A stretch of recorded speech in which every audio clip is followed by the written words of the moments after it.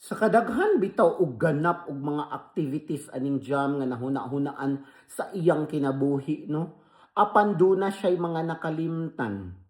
Given ibutang nato nga duna na siya'y lawyer kay matud pa niya duna siya'y kaugalingon nga lawyer. Ambot lang sad kung tinuod kay hambugera baya na siya. Ha? Ikaduha, nanginahanglan gud siya og spiritual advisor. Kay the way she is, murag nakalimtan na gyud na niya.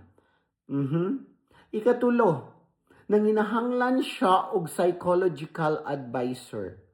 Kay aron mahimutang siya sa tamang landas.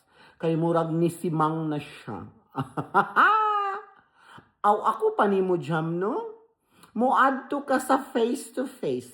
Ireklamo nimo ang imong kaugalingon sa imong binuhatan ug sa imong pagka-hambogera. Aron matambagan ka ni Ateng Kuring. Tabang.